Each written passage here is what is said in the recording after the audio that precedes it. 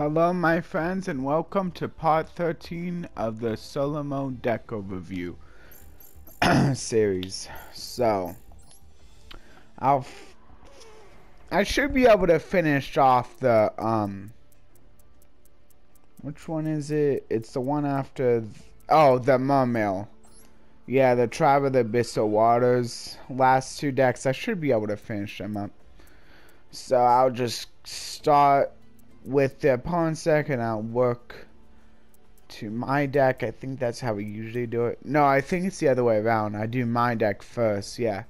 So the deck that I'm playing here for this one is Collaboration of Maidens. So it looks like it's like is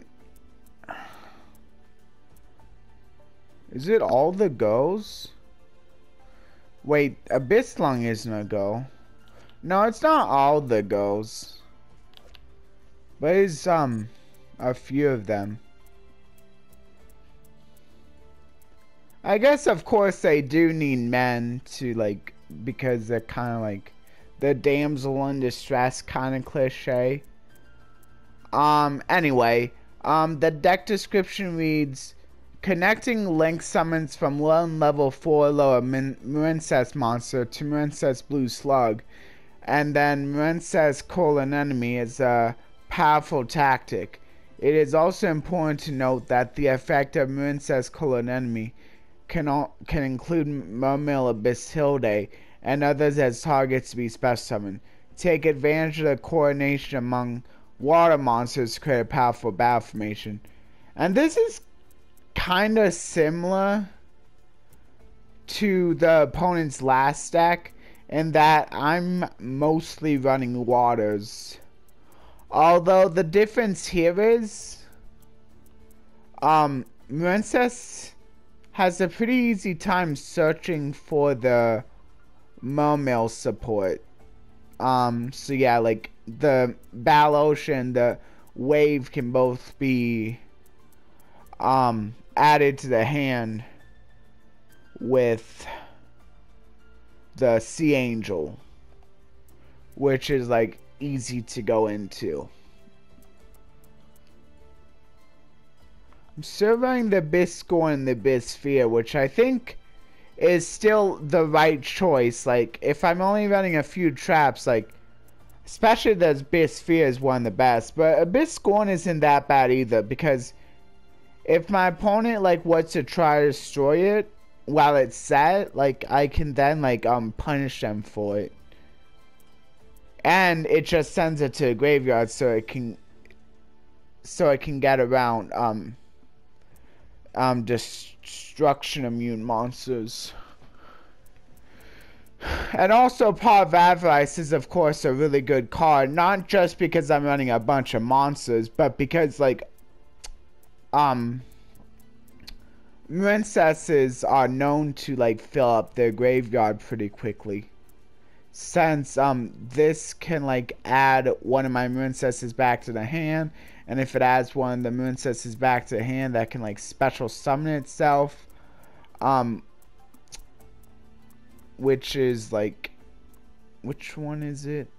I know one of them. Maybe I'm not. Oh, it's this one. This is the one that can special summon itself to a Link Monster Zone.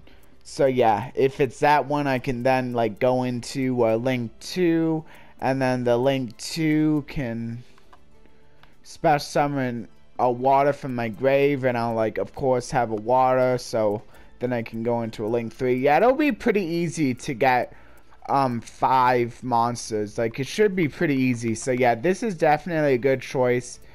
Also for the fact that I'm running lots of monsters. I could easily see this maybe being run at 3 and still not really being a brick in a deck like this. At least with the Marincesses. This is like combined with the Mermails, but the Marincess strategy is still there. I talked about the Abyss skill. And then Battle Ocean is pretty good because it can like make something immune to card effects, which is nice, like totally unaffected. And it's only unaffected by the opponent's card effects, which is the best kind of unaffected. So that you can still do stuff to it. I mean, sometimes a monster that's immune to everything can be better than a monster that's only immune to opponent's card effects. Because if you're activating a dark hole like to a monster that's completely immune, it still won't destroy the monster. While if you activate a dark hole for something like this to like one of your Marincess that are protected by this, it would still be destroyed because it's your own card effect and it's not immune to that. But I still feel like more times than not, immune to only your opponent's stuff, I think is a lot better. Of course, that's my opinion. You can let me know what you think is better. Here's another fun, like, little, like, quiz sort of thing. Or, not exactly quiz, just like a little trivia sort of thing. Is it better for a monster... This is, of course, going to be like an opinionated sort of quiz. Is it better for a monster to be immune to both sides or just to like opponent's effects? Is it better for a monster to be immune to everything or just opponent's effects? So that's the way I'm gonna word it. Okay, so yeah, and then if you like, you can let me know down in the comments. There, that's an idea for you, for people who need ideas of what to put down in the comments if you were watching this part. Anyway, time to move on to the X deck. Of course, the main point of the Marincess cards, the Marincess X deck monsters, are to be able to like constantly cycle into more and more of their stuff, so they can like eventually be able to bring out the Crystal Heart and then use the Crystal Heart for an ability with the field spell that like they can like even search with the Sea Angel, perhaps. And then like once they go into the field spell, they can eventually go into the Crystal Heart to eventually go into whatever monster they want to make immune. Because all that's needed is for the Crystal Heart to be used as link material on whatever monster they bring out. Preferably, I would say this one, because this gains 600 attack. See, and this is the main reason why it's better for not to be immune to your own stuff. Because, like, actually, like, usually a card would be immune to everything except its own effects. So, like, even if it was immune to everything except its own effects, it would still gain the 600 attack. So it would work either way, but still, like, I mean, that's what they decided to go for. Which is totally fine. Yeah, so this is pretty much the one you want to go for to make immune, because it can easily gain more attack simply with a monster being banished, and it can also special summon your banished Marincess monsters later on. And a few of the Marincess monsters also banish themselves from the graveyard to do different things. Like this one, you can like special summon it back from the banish zone, and then it can like banish itself again right away. And it's good that like you have like banish triggers, because this only like temporarily gains attack. So you want to like constantly have triggers out. So this is probably honestly one of the best cards to summon with the effect, since it like can like easily like trigger the gaining attack effect once again. Yeah. Okay, so that's a little bit about that. And then like this one also like adds a Marincess card back from the graveyard. the opponent's attacking like pride as much because I don't think it's gonna stay on the field for that long.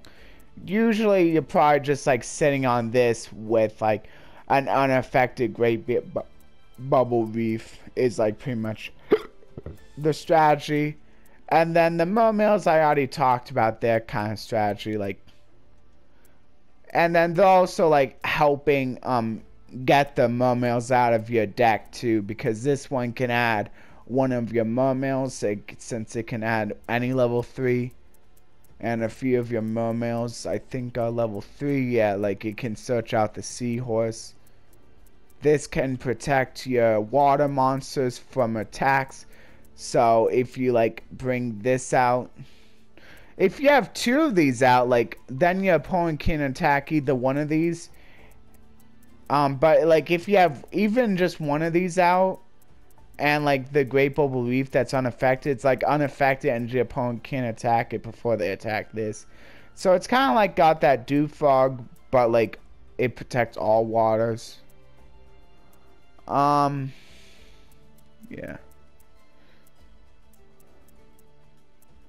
And of course, the Marincess, and then like the Coral enemy can is able to special summon your mermails out of the graveyard as well, which is pretty nice.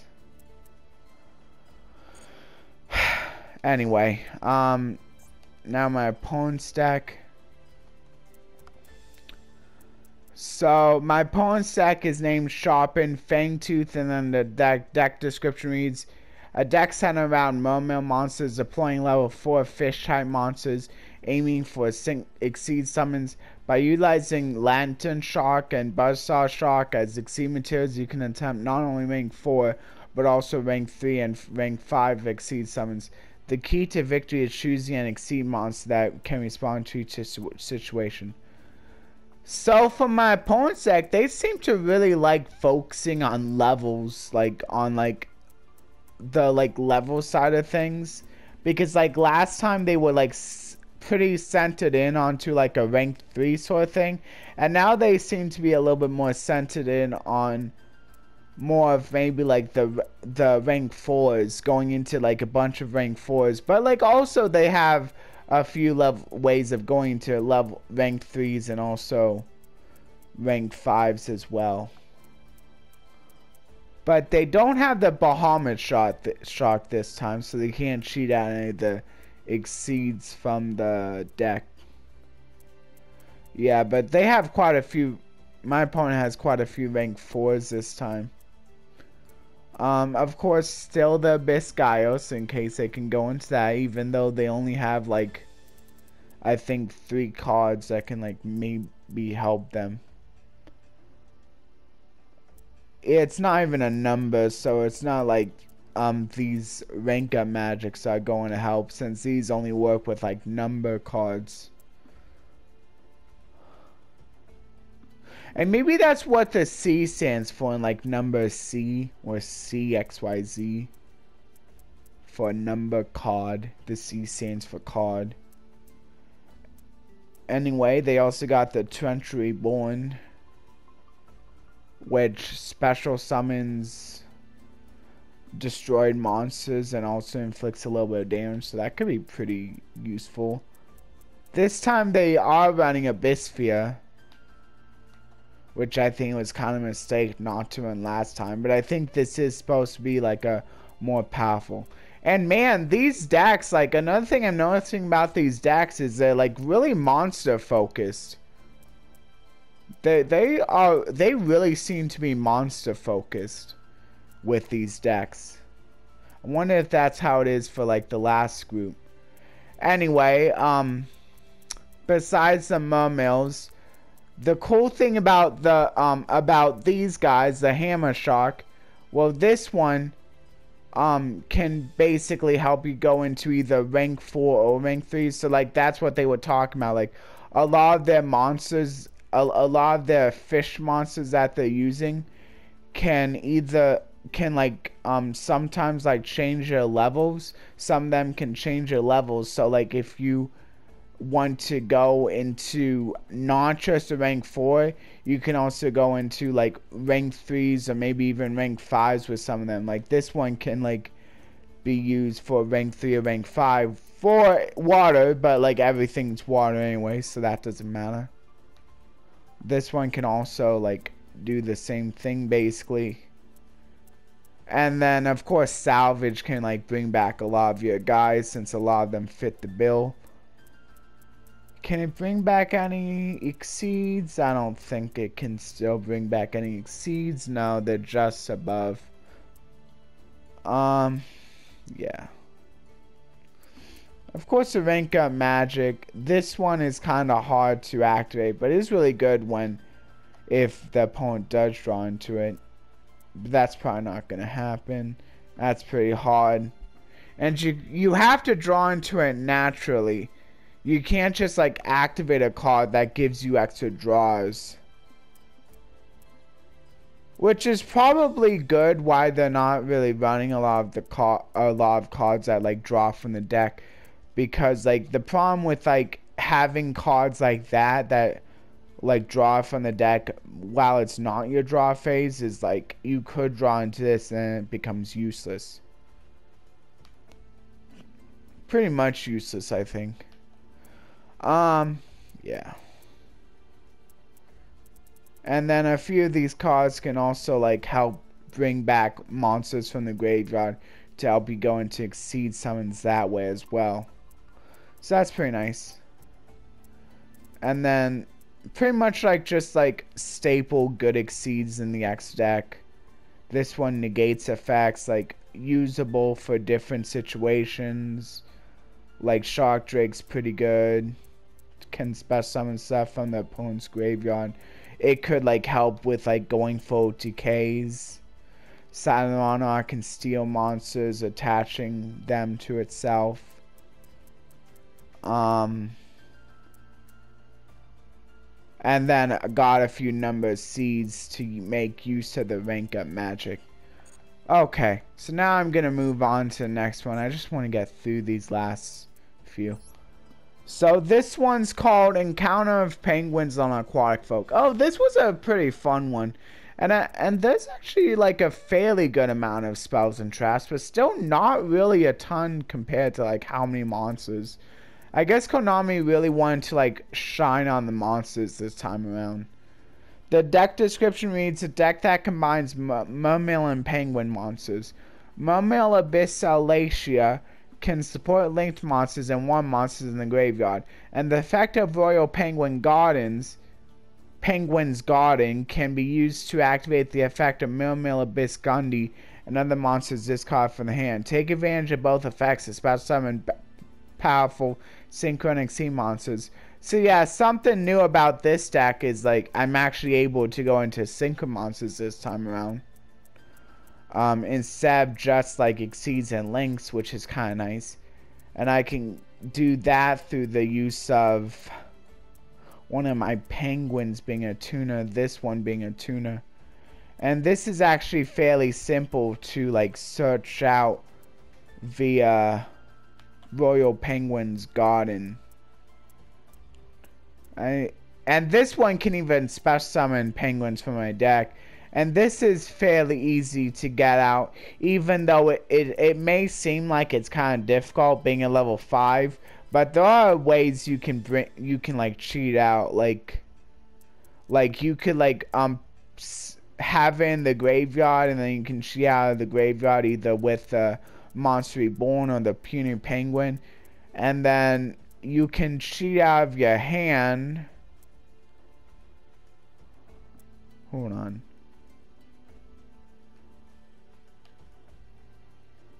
Hold on. You can cheat.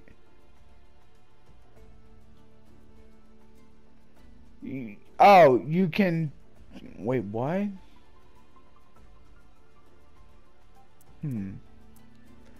I don't know how you can cheat out of your hand, but you can like send it to the graveyard via the Burst Megalo effect. So that's a way you can like put in the graveyard. Can this cheat out of the hand? Oh yeah, this you can like this is another way to to put penguins out from your deck, and you can even put the Great Emperor Penguin out of your deck, pull it out of your deck that way, so you can like basically get over the fact that it's level 5, so you don't have to like tribute summon for it. And it's fairly easy to bring this out if you just simply like have the Squire. And the Squire is level 5 too, but like it just can special summon itself, so it doesn't even matter that's level 5.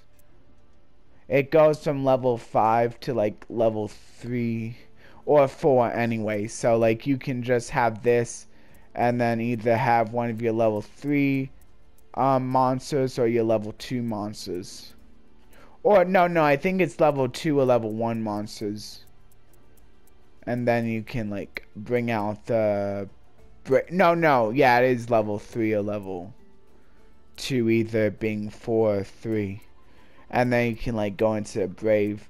And then if you didn't have like maybe a level 2 or level 3, if you like had the level 1, you could always like go into one of your level actually, you don't have any level 5s. Looks like there's a lot of level 7s, 8, and 9s as well, just in case you didn't want to go into Penguin Brave, or you wanted to use the Penguin Brave later on for another Synchro Summon. Anyway, yeah, so pretty cool that this can like go into like different Synchro Summons, or like support like the same Synchro Summon based on like different situations what you have on the field, by like you can like change its like what level you want it to be, kind of. And then the flips have become a lot better because of the use of Penguin Brave, of course, because you can with its effect you're allowed to basically cheat out a flip, which is pretty nice.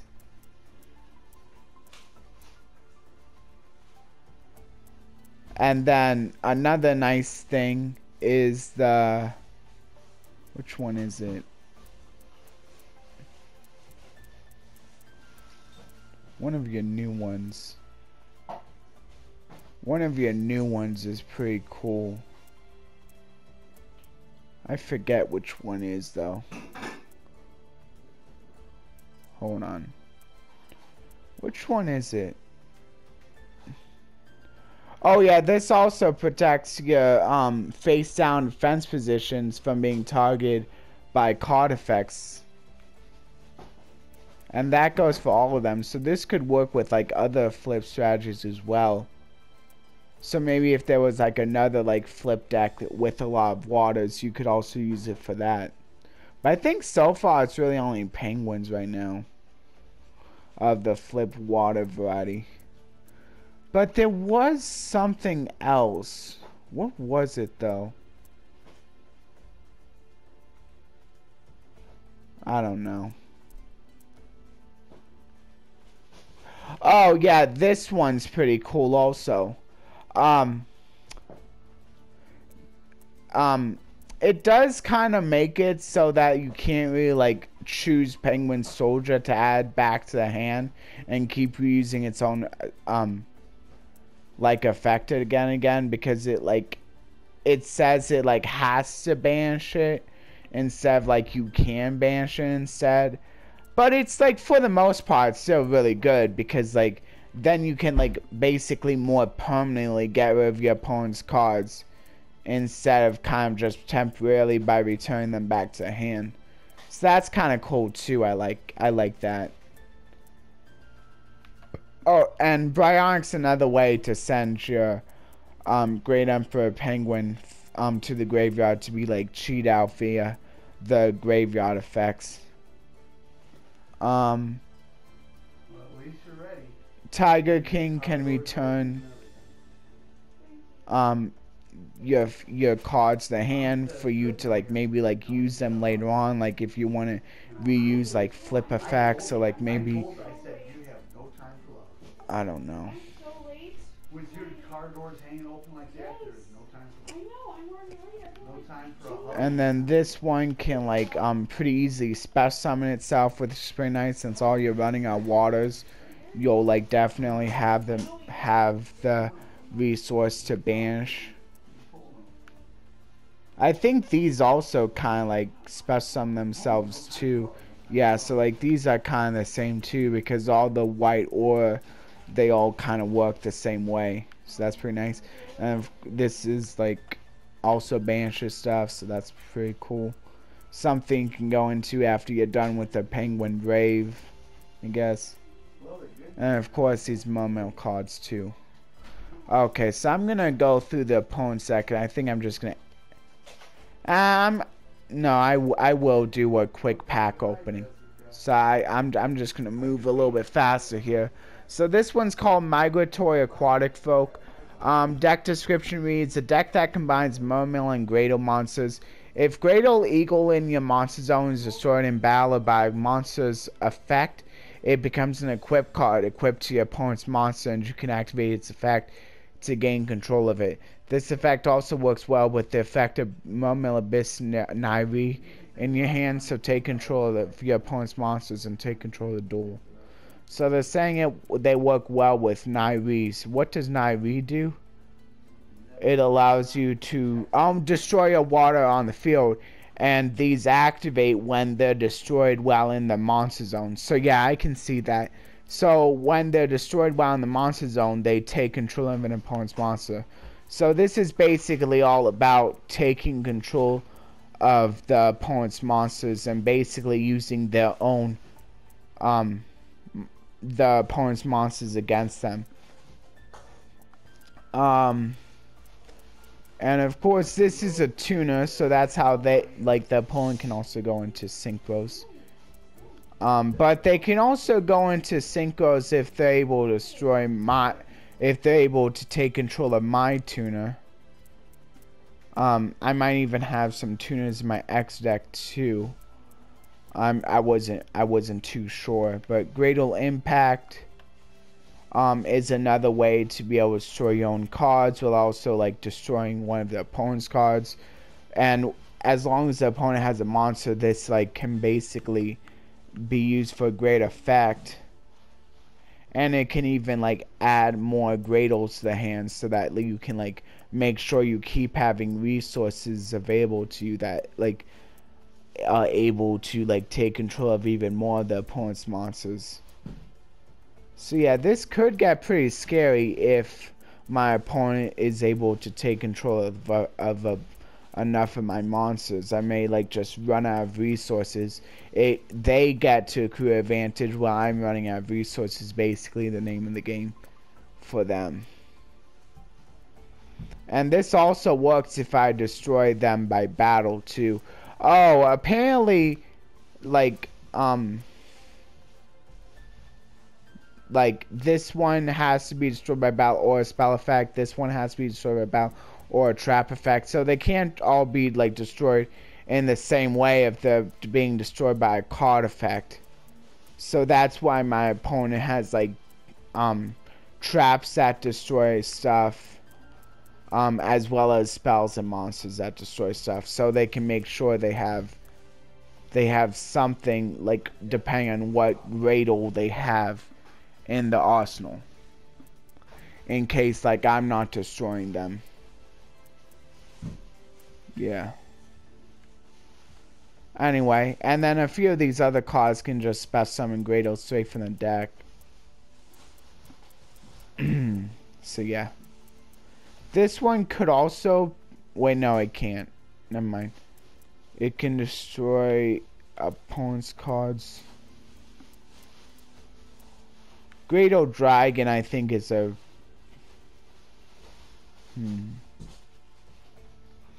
Oh yeah, it also like special summons waters, but negating its effects like doesn't really matter for the Graydles, because they're like basically just activating in the grave anyway, and like at that point their effects wouldn't be negated any longer. They're also playing the white ore stuff as well. Like, they are good cards in a water deck, of course. With so many waters, like, they are definitely very good. Because they're pretty much guaranteed to activate. Okay, I think that'll do it for the explanations. And if you would like to know more, you can always feel free to ask down in the comments. And I can like try to explain a little bit in more detail if you would like. Anyway, before I go, I'm gonna do another pack opening here. Okay. Another 10 legacy packs.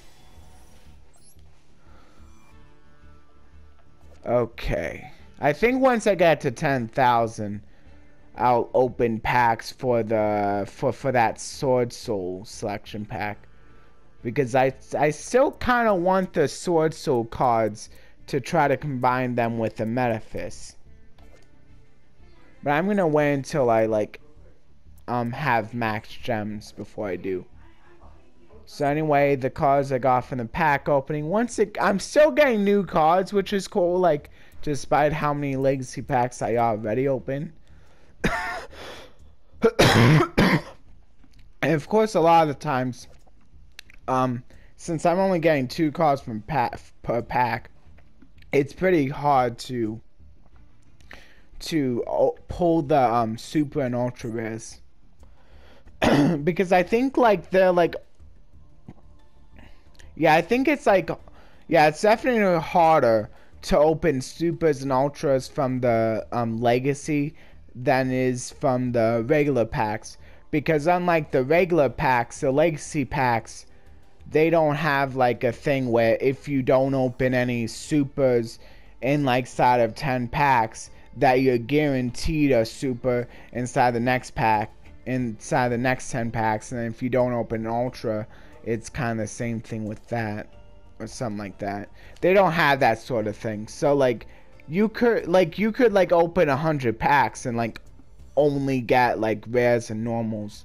Like that would be pretty difficult, but it is possible with the legacy, since they don't have like a guaranteed like pull thing like the regular packs do, which makes sense since you're not actually using gems to open these, but instead you're using a resource that's pretty easily gotten. You just like you can usually get 4 from like winning PvP duels, so they're pretty easily gone. So it makes sense that like they wouldn't want to guarantee anything. Anyway, Great Desert.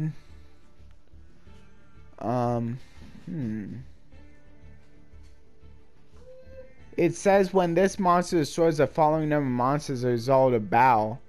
How can it destroy 2?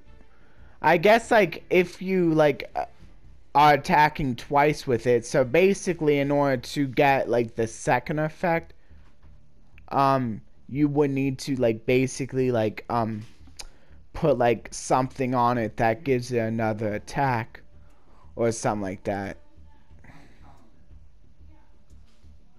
I mean it's not too bad, but you do have to like tribute for it too, which kind of sucks. Mad Archfiend. I guess like it is nice that like it's like gives you like a easier way to special summon Fushio Richie from it. It can even go from a deck too, so that's pretty nice. Mad Archfiend, Pandemic Dragon, Firewall Guardian, Magic Jammer, Mephist the Infernal General, Coach Goblin, Hero Kid, Tankabito Shien, Sage of Silence, Wolf, it's just called Wolf, Giant Scorpion of the Tundra, Insect Knight, Silver Bow and Arrow, Double Summon, Shattered Axe, The Paths of Destiny, Past Image, Sealing Ceremony of Raiden, Was it Raiden? I don't know. Lucky Punch. And that's it. So yeah. That's all the cards. Lucky Punch. Yeah, I think this also got banned from the festivals because you could just destroy yourself and take 6,000 life points. I think that was something that people were also doing in Duel Links to like lose battles a little bit quicker. They were doing that with that one festival where they just wanted to like lose as quick as they could. I think it was the one where like there were like two teams and you were like randomly selected to be on one team, and it's better to lose as fast as you could than to win. But it definitely hurts a lot more to play self-OTK decks in Duel Links since you basically had to get lucky for all the cards. You couldn't just like craft them like in this game, which like does help like keeping like a lot of people from just playing those sorts of decks in that game. That may be why they like never banned these cards from like those kinds of festivals like they did in Duel. And then of course Paths of Destiny is a really good Nurse Burn card. But if I have to go like with a favorite from one of the new cards, I don't know, like they kind of all suck this time around. I guess Firewall Guardian. I don't know, like even that, I guess. I mean, I guess it could be pretty good when used with like in Cyber stacks, since like you can like special summon it back if it's used as material for Cybers. Link material. So like you could like go into a Cybers monster, maybe like I think there is like a Cybers link that calls for just one level 4 lower Cybers, so like you can just go into that and then like bring it back and then go into like a link 2 right after. It is of course like a hard once per turn. So you can't just keep doing that. But yeah, I guess I'll go for that. Is there a link 1? I think there is a link 1 that like does just say 1 level 4 lower Cybers. I'm pretty sure there is. Someone can correct me if I'm wrong. But yeah, or like even if there's not, like you could still, like all you need is like another monster, and then you could go into a link 2, and then you could like bring this back out and then go into like a link 3. And then at that point when you're going to link 3, you don't need that to be a Cybers because you already used the effect. You just need to make sure that like whatever you're wanting to go into in order for this card to be brought out again is a Cybers. So yeah, that does seem pretty good. So I guess I'll give it that. Because it can't, because like it's pretty niche, but like out of the others, I think this might be the best one. Yeah. Yeah, I think so. Anyway, and if I wasn't caring about new, I would definitely go for the Nurse Burn card. Although Double Summon is kind of a niche good situational card as well. And I think that was like seeing play in a few decks. And also Hero Kid. I don't think Hero Kid really ever saw like really like large amounts of play. Anyway, that'll do it for the pack opening. So thank you all stayed for the pack opening. If anyone would like to carry this over to those who stayed for the duel, thank you to everyone who stayed for the wait, no, not the duel, the deck overviews. And a big thank you to everyone who stayed for both. And an even bigger thank you to everyone who stayed for the whole video, including the intro and the outro, which I know isn't like much more Like the outro is only like 2 minutes more, and the intro is barely anything. If you say for the deck overviews, you'd probably say for the intro, since like it kind of like goes into that. But yeah,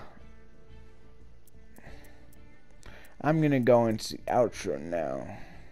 Please like, share, and subscribe, and consider ringing that notification bell for regular content. You can either ring the notification bell to be notified of all my videos, or personalized by simply clicking the notification bell and selecting all or personalized.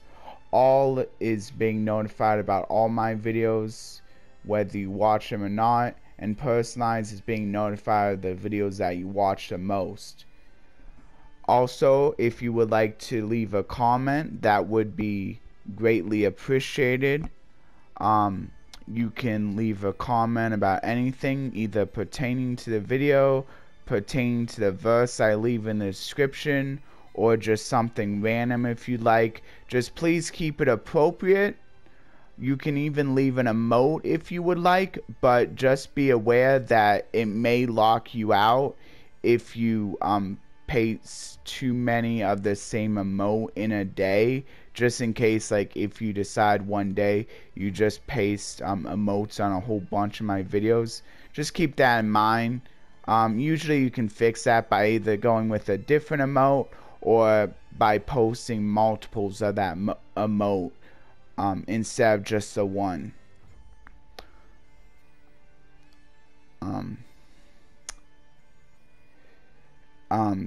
And thank you everyone who do watch my videos, and a big thanks to those who do watch all of my videos, but still thank you to everyone who only watches a couple once in a while, or just watches one of the games. I understand how it is, no matter how you do it. It's just appreciated, no matter what, no matter how you decide to go about viewing my videos.